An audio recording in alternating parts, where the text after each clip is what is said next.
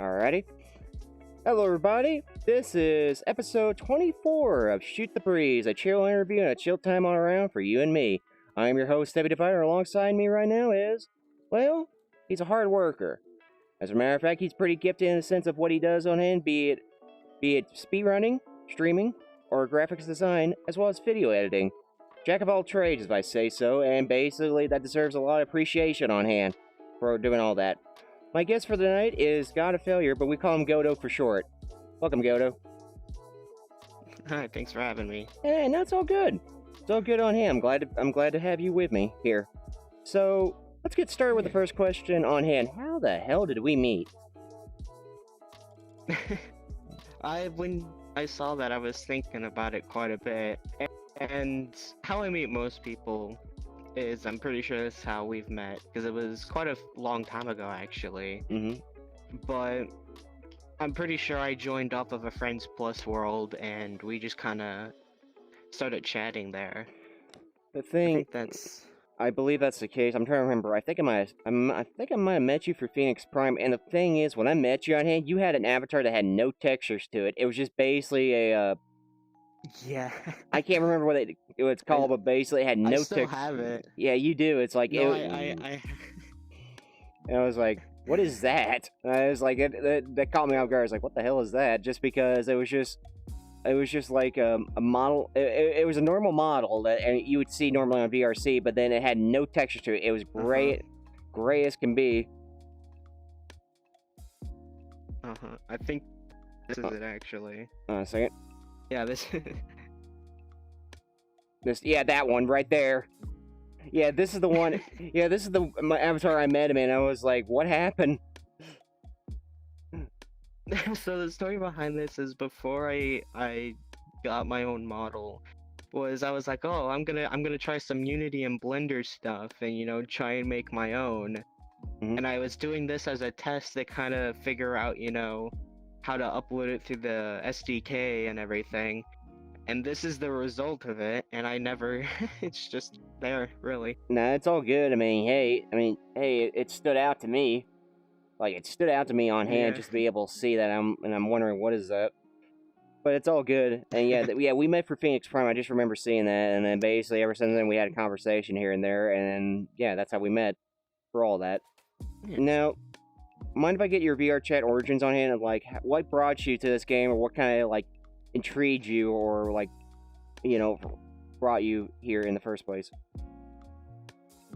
Well, I can remember that quite a bit. It was in about this time of the year. Is actually around this exact same time of the year, but it was back in 2017 when the game was brand new, fresh.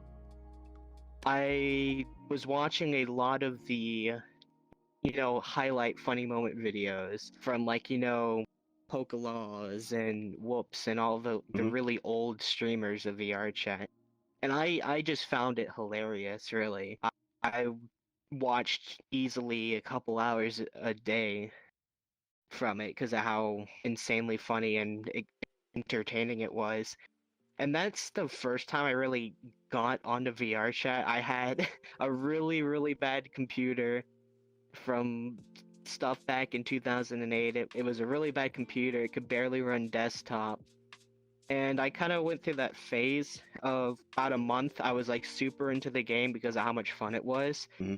And then from not being able to really play it on the computer at all because of, graphic issues and stuff, that kind of drew me out for a year. And then the same time in 2018, right when Christmas came around, I got back into the game, and then that's when I upgraded my computer and actually got VR. And then from there, I kind of started playing this game a bunch. No, trust me, I was in that exact same position where I had a computer that didn't run VRChat, or in the sense, it ran VRChat, it was just when it had too many people in the room, then I constantly kept crashing. So I know the feeling. Yeah, same here.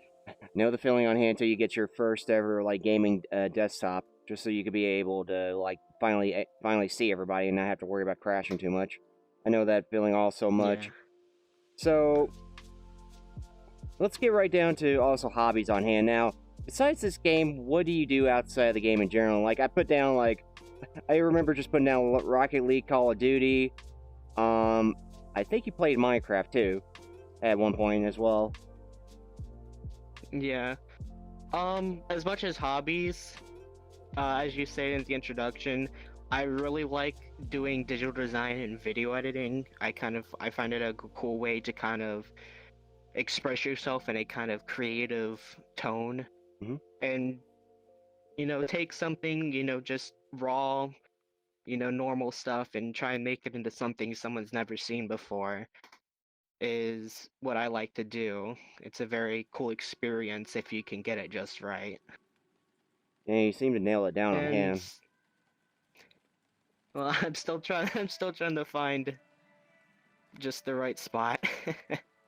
I got you. But as far as games, I don't really have like a set core games I play. I mean, yeah, I play mainly, Rocket League and the Call of Duty because of speedrunning and stuff like that.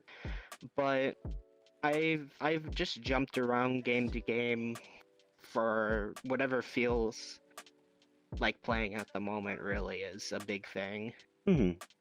And I haven't really talked about it too much at all, but I'm actually very big into playing music.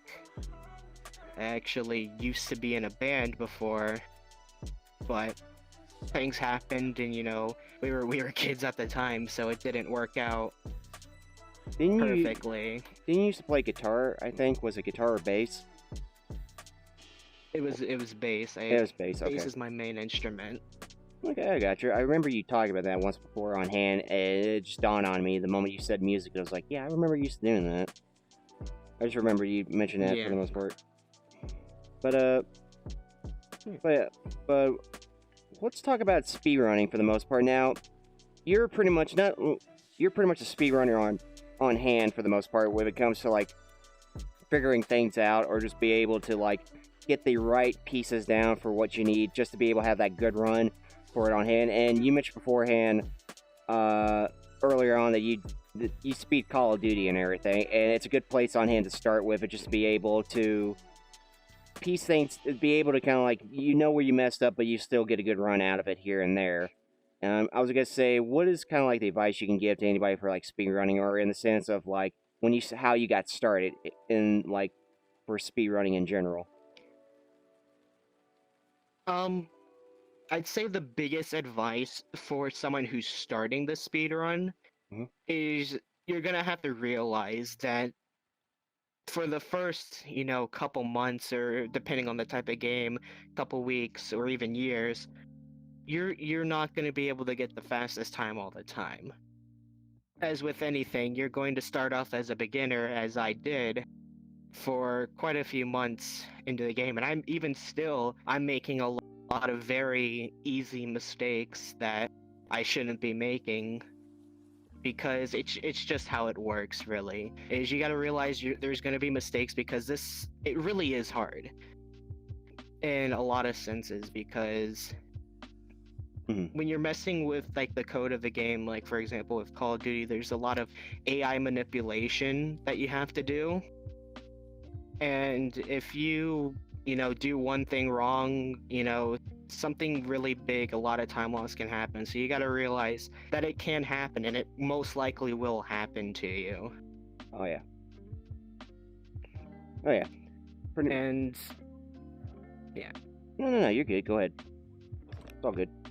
I was gonna say, for someone that's been speedrunning for a little bit, is what I like to do is kind of give yourself a guide in a way. Kind of try and go over everything as if you're explaining as a guide, because that can actually really open your eyes to something that you maybe weren't fully understanding, or you weren't kind of putting your knowledge into your actions.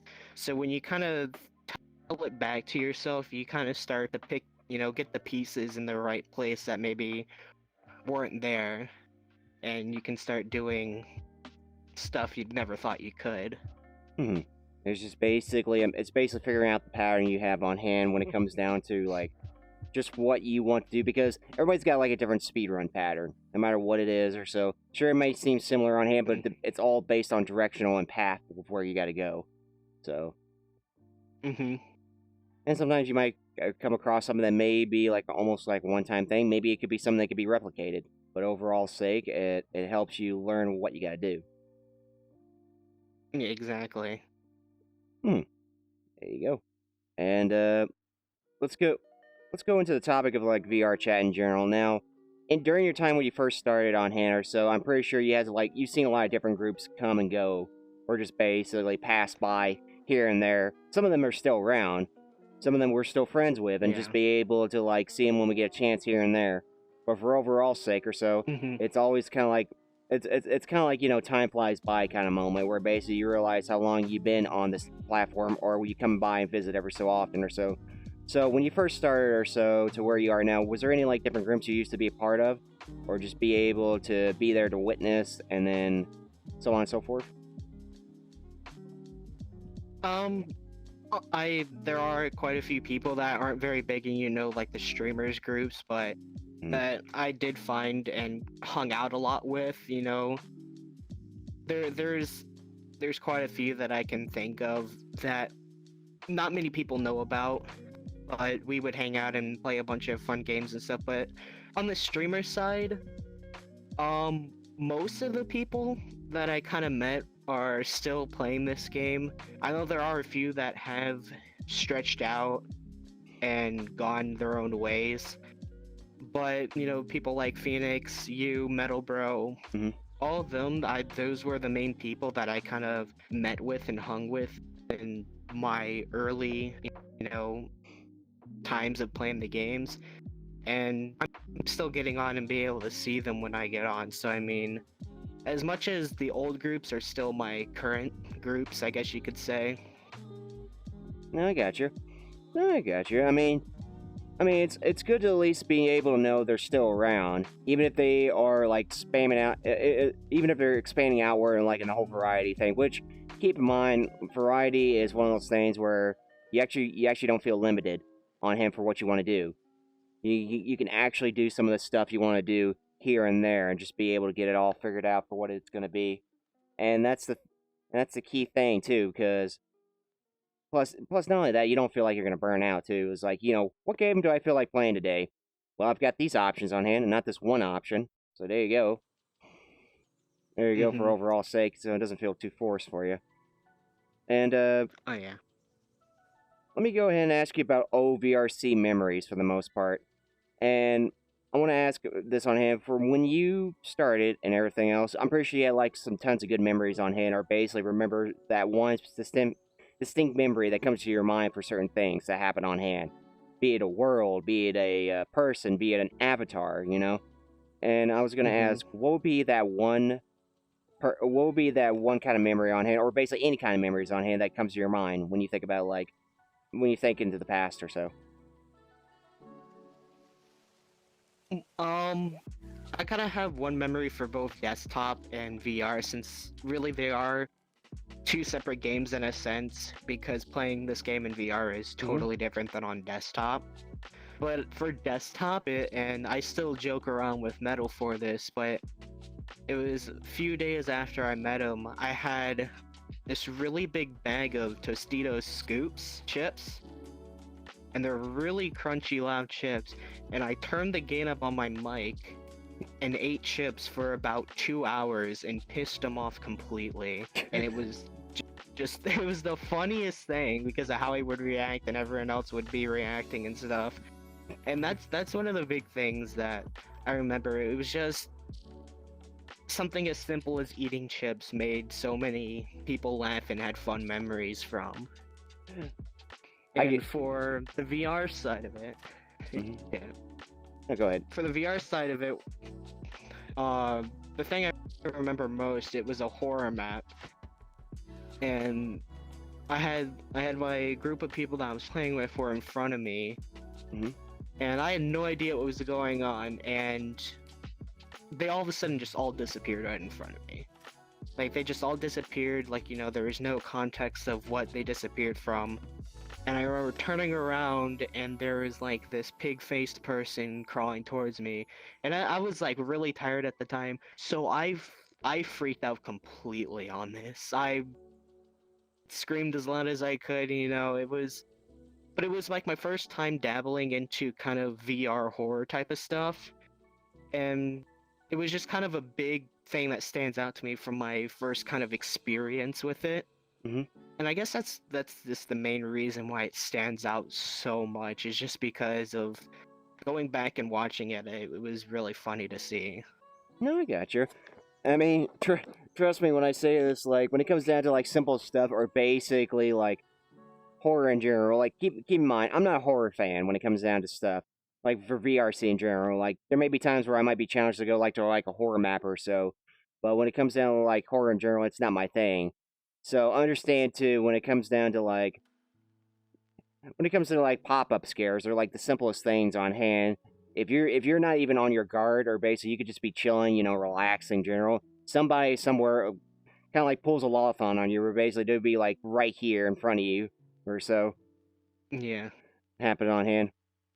And honestly, I'm actually surprised Middle Row wasn't just laughing his head off ever since it'd be like like the entire room gets quiet, then you hear a sound of a crunch like chips on hand, breaks the silence. Oh yeah, he did. He did laugh about it a bunch and stuff, but at the same time, I did it in ways that really. It was just because I did it for so long. It wasn't like the occasional thing. It was just 2 hours straight of just. Straight up just crunch Yeah. chips in general. Good God.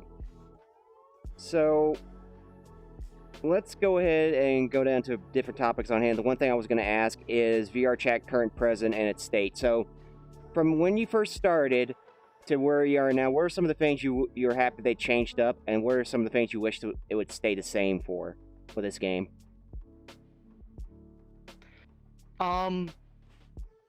Some things that I like that have changed is, shoot, I forgot the name of what it is, but it was like a new system for world making. Udon? That you could do. Udon, yes. The Udon system that was put in. I thought that was a really fun thing because it opened up to so many new worlds and new activities that you couldn't do before. UI changes and kind of like the security thing where you can automatically have people's avatars hidden was something that I also like too. But for stuff that I would like to stay the same is the community now has kind of gotten past the part of hanging out and making friends through it. I mean, obviously, yeah, it's always fun to, meme around and stuff like that. But for why the game was so intriguing for me was because it was a new way to socialize and meet people for someone that maybe wasn't that socially, trained or, socially experienced in. It was a cool way to kind of bridge out to new people that you never thought you could. And I just kind of miss that in the sense of the game now. Like, obviously you still do, meet people and stuff like that, but there's a lot of people that have come and gone that played the game for how I think it was supposed to be. No, I understand. I mean, it's also too with the fact that you can only see them on certain occasions, because sometimes, like, originally, like, most of the people we ever known or so first started streaming on VRChat, so basically you would honestly constantly see them here and there. And now that everybody's going to expand outward, so you might see them on certain occasions, like on certain days here and there or so. Just not all the time. The only time you might be able to see them is if you just reach out and try to DM them on Discord. Or be able to, like, say, hey, hope you're doing well, and you're staying healthy during this time and everything. Just, try to reach out to them just so you can stay in contact with them. So. Yeah, that's a big thing that I kind of beat myself up over in a sense, is because there are a few people that were really fun to hang and do games with and stuff that just how life became and, people bridging out and stuff. I just kind of not like stop talking to him because I was upset or anything. It was just I was never able to get around and trying to kind of reforge those, friendships after, a couple months to even a year can be kind of hard at times. No, I got you. I was gonna suggest on hand, is there any way you'd be able to reach out to them? Like, a simple hello usually breaks the ice for a little bit, as well as just kind of like be able to, try to catch up with them. Like, any way to be able to catch up with them in general? Just like, say, like, see how they're doing for the most part? Or is it just kind of like they kind of just went ahead and just moved on to certain other things past everything else in general? Or I feel for a few people, I'm pretty sure I can, a simple DM of saying hello and just kind of catching up would be enough. But for some, I feel like they've moved on and met so many other people that they kind of forgotten who I was. So it's kind of like starting from a square one in a sense. So it might not be as simple as just saying, "Oh, hello, remember me from a year and a half ago," type of thing. No, I got you. I got you on hand. I was just kind of, I got you. I mean, even if they don't remember you now or so, it's always good to at least, even if people don't know you or so or be able to, like, it's always kind of like try to get that good reminder. Or if you ever bump into them, just be able to try to say hello to them whenever you can. It's hard to do, but at the same time, it's best to take a chance and do it while you can before you ever lose that opportunity for whenever it comes back around. You never know how long, but it may be another time or so here and there. So, on current state of VRChat in general, how do you think about it right now? Like, with the whole new changes they put in place, like, they already put an update out where basically you can now favorite your personal avatars. Like, your private avatars on hand. Okay. I guess with the game in its current state, it's still got a lot of problems it needs to fix, obviously. It's definitely has got its flaws. And for me, it's one of those games now where I'll get on every here and there and, see old friends or hang out and do fun stuff in VR that I kind of miss. Because I honestly do miss the old times in the game that I remember, but unfortunately we probably won't be able to go back to that and hang out with the same people and make the memories again. So for me, it's the game's gotten to where I like to get on every here and there and play it for how I want to. It's kind of hard to explain it in a sense for me, at least. I mean, I'm willing to throw an idea out there. What if there's a possibility we can create like this event? It'll be like the old world tour or something like that, where basically the people who exist during that time or so will know these worlds on hand, would be willing to be able to like join in and be able to join these worlds, just kind of like reminisce over certain stuff here and there. It even if that world may or may not be optimized at best, but it's worth enough just to be able to go there and just check it out. Kind of like reminisce and just remember certain stuff. It's an idea. Yeah, I think that's a cool idea, actually, is to kind of go to the old worlds that you've made memories on and kind of see them again, because I'm pretty sure quite a few of them aren't available to join. I like to think it like it's a giant Rorschach test, where basically it's like, when you go here and look around, what do you see? What do you think when you see this? It's an interesting idea, but I was gonna say it'd be pretty fun just to kind of like see what people think when they think of certain stuff. Of course, that would also require on hand if everybody, no matter how big they are small they are willing to be able to participate or just be able to like go here and just kind of like check stuff out, or just remember how they met everybody. It's a possibility, but it's also a matter of just figuring things out. So be all good. I will say too, is there anything you're looking forward towards, in the future? So not for the game in general, but for like, besides the game in general, but basically anything for yourself, for the most part, for what you have planned.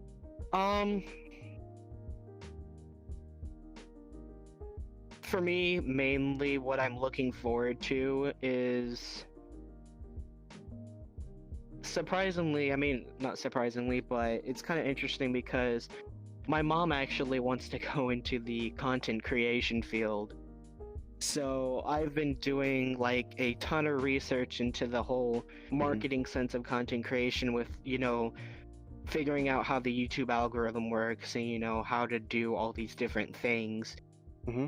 It's basically so she can, have fun with this as I've had fun with streaming in a way.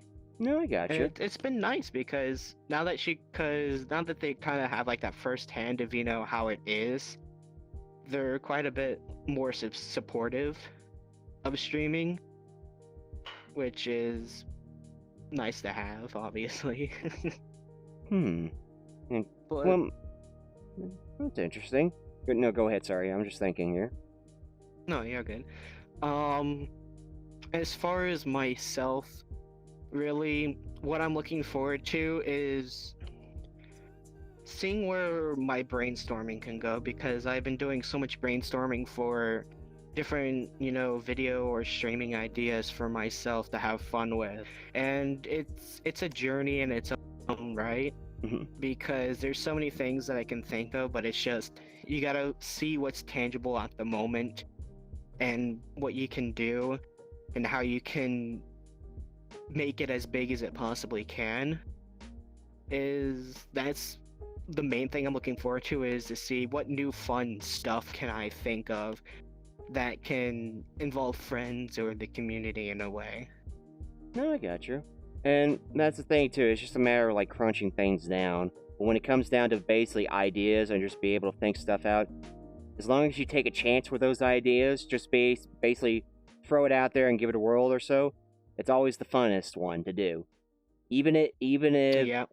as long as you don't set an expectation of what you expect to happen on hand and basically go out there, it's going to be the most funnest idea you could possibly have on hand. Like I'll give you an example. Like with the whole heavy boxing tournament I had, I didn't have any expectations. I did it just for the sake of, I want to help Possession. I want to help him out. Mm-hmm. And I didn't expect how many people were going to join. And that caught me off guard or so. And just be able to edit that down, just be able to put it out there, and just for people to be able to, have a good time for that stuff. That's what I want. And I know that's what you want too. You just want people to have a good time with any idea, no matter what it is. Yeah, that's the main goal of it all. Main goal of it all. And that's the funnest goal of it. Because when you never set expectations for yourself, everything's limitless. You don't know what kind of curveball is coming your way, but you know it's going to be a good one. Exactly. There you go. And one last thing to kind of add up on him, and that's being let's talk anime. So when I say anime, what would be the first series that comes to your mind? The first series that comes to mind right now is Reincarnated as Another World as a Slime. I've heard of that one. And the reason is, it's a really good one actually. Because surprisingly I think why I like it so much is because there's so much world building to it. It's not oh, we go to this one place, we spend like an episode or two there, then it's like it never existed. It's like it goes to a place, will have its time there, and then move on to another place, but then it just starts connecting everything together as like a real world would. And so that's one of the big reasons I really like it, is because it's not one of those very story driven as a character. It's very story driven as for the entire world, really. No, I got you. I think I've seen season 1 of it, and I enjoyed it. I never got a chance to go back like season 2 or anything else in general, but I remember seeing season 1 of it, and I think I watched it with a good friend of mine or so. But it's interesting on hand, like with world building or how they build it around this one character in general for what they do. Any personal favorites that come to your mind? When it comes to anime? one would be, Reincarnated Slime. I really enjoyed that. Mm-hmm. My Hero Academia was another, and fun memory I had with that was before this, the whole quarantine and all this stuff happened. It was actually just like a week or two before everything kind of went crazy. Mhm. Was my friend was like, "Hey, we're gonna all get together, of the four of us, and on Wednesday we're gonna go see the second My Hero Academia movie in theaters." Mhm. And I was just starting season 3 and it had like 20 episodes that I had to watch, and that was on Monday. Jeez. So it was a lot of fun because I would ride over to my friend's house and we'd watch, just multiple episodes on hand. And it was like my first time kind of watching an anime with someone, and then Mhm. going out and seeing the movie with my friends was also another, huge new thing that I've kind of done. And it was a really fun and just kind of a good moment for me. Mhm. Kind of a good feeling. Yeah. Good feeling on hand. And then a third, I recently watched this, but it's a movie. It's A Silent Voice. Mm. And it's a very good one. It's a good movie. It's a slice of life, kind of emotional one in a way. It really will kind of pull at you, but it's a really good one to watch because I'm not that big of a fan of slice of life. I'm very big into to the action and adventure type of shows, but kind of this one was different from other ones that I feel, and it was a very big kind of down to earth feeling in a way. No, I feel you. I feel you on hand. And trust me, there's like plenty of shows on hand I've never got a chance to sit down and watch because when you're busy, you find time whenever you can. But those are definitely some good ones on hand that be able for anybody to be able to check out too. No matter where or so in general, just be able to have a good time for it. One last thing to follow up on anime. What would be the anime that hit you close to home? Like when you watched it, you just kind of like felt it right here. It's like, yeah, I recognize this. For me, it's actually two of the three I mentioned. One is My Hero, and surprisingly for me, the Mhm. reason why it stands out so much for me in a kind of emotional sense is actually the music in it. Is the soundtrack for it it's so good to me, and hearing the songs that are in there, for some reason it gives me just kind of a big boost Mhm. into my motivation, and for kind of the meaning behind the songs with how the story is moving and stuff like that. It kind of keeps me motivated. And then for me, that kind of hits me the most in a kind of saddened way Mhm. is A Silent Voice, because it dealt a lot with with people's emotions and with their thoughts, and that just kind of hit me because of stuff that's happened with me. Yeah, it's the very uplifting thing that kind of just makes you rise to the occasion.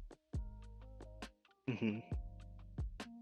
Rise to the occasion on hand, and just be able to no matter what obstacle is always going to be in your way or so, you wanted to rise to the occasion to be able to overcome that. And that's pretty much what My Hero Academia is like. No matter how big the wall it Exactly. is, you're willing to punch right through it. Exactly. So, and that kind of leads me down to my last question. As you can see right here, we have a camera right here pointing to you, and I'm going to give you the center floor for this. But here's what I want to ask you. What are your goals and dreams? And at best, what would be the best advice you could ever give to anybody? I'm gonna back up. I'm gonna let you have the center floor here. If you just want to move up and just kind of look there, Okay. and there you go. And I'll give you the floor. All right. So for myself, with my goals, it is like, yeah, getting the numbers is fine, but for me, my biggest goal right now is I want to think of so many new ideas as fun entertainment things to do. And that's the big thing for me, is because I've been feeling myself in a slump, and doing new and fun things with friends or even myself is the kind of new experience for me to kind of open my eyes to something new and give myself a new I don't want to say new experience again, but, like, you know, a new look on stuff, and do as much as I can to you know, help the viewer with whatever's going on and make their day any better that I can. As for dreams, um obviously, you know, streaming would be an absolute, you know, heaven of a dream, because not because of the fame or anything, but because of what streaming's done for me. I want to move it on and pass that inspiration to somebody else, because it's really helped me so much with, you know, interacting with people and, you know, kind of doing stuff with myself. And then, you know, another one of my dreams would be for digital design, because I want to move that on as best as I can and get better and better every day. And then, what was the last question? And at best, what would be the best advice you could ever give to anybody? Okay. The best advice I can give to somebody, and I hope this can be as useful to everyone, but having moments of feeling at your lowest is always the moment that you can, you know, take that time that you're at your lowest and do as much as you can to kind of see that this is the part of life that's going to make myself be able to jump even higher than I could before. And that's the big thing for me, is whenever I'm feeling at my lowest and feeling unmotivated, I always like to just kind of sit down, you know, and maybe listen to, it can be even a uplifting speech, it can be even listening to a kind of emotionally sad song in a way. And for some reason that helps me, because it helps me realize that I'm still human in the sense that I'm not invincible, and that whatever, you know, kind of emotion or sadness or pain that I feel, it will always push myself to go even further than I could before. And that's the big thing that a lot of you guys need to realize, is that the pain is only the temporary part, while, you know, the growth that comes after it is gonna stay with you for a lifetime. That's really all I gotta say. No, it's all good. It's all good, honey. And before we even call or anything, I'm just gonna go ahead and ask chat real quickly. Is there any questions you would like to ask Godo here? Any questions at all that you would want to ask him on hand? So, but I will say, but while they're kind of like typing that up or anything, I will say on hand or so. Now, I want to say it's on hand or so. Anytime I see your name on hand, I always question that no matter what, because I know for a fact that basically for how far you come and how much you grow on hand, just be able to like overcome the obstacles that are in your way. So I can tell you right now, you're not a failure, dude. You have never been a failure in my eyes, nor in the eyes of anybody else. I want to let you know that. I appreciate that. And I understand too, or so yeah. It's gonna take time on hand. It's, you know, that's the greatest obstacle in life is always gonna be patience. For everything we ever have to do on hand, just be able to try to find stuff, no matter what it is. It's all about patience. And knowing on hand or so, I will say, as long as you have the time and just be able to enjoy the ride along the way or so, it'll come to you. Like, at times is very fickle thing, but for the most part, it'll come to you no matter what. Okay. Well, I don't seem to have any questions on hand, but I do have a question for you on hand or so. I will say a question hand for or so, and that's basically this. How I was gonna say, how do I put this?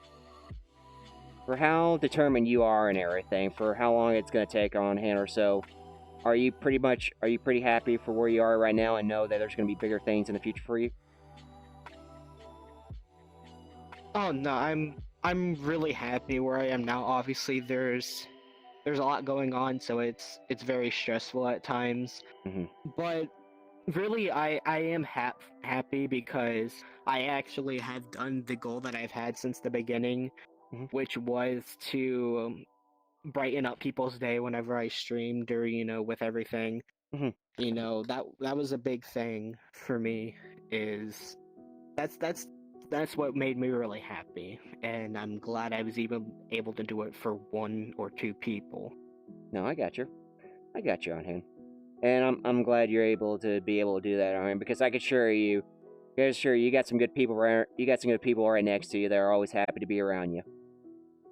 So, but with that in mind, this is episode 24 of Shoot the Breeze. Thank you guys so much.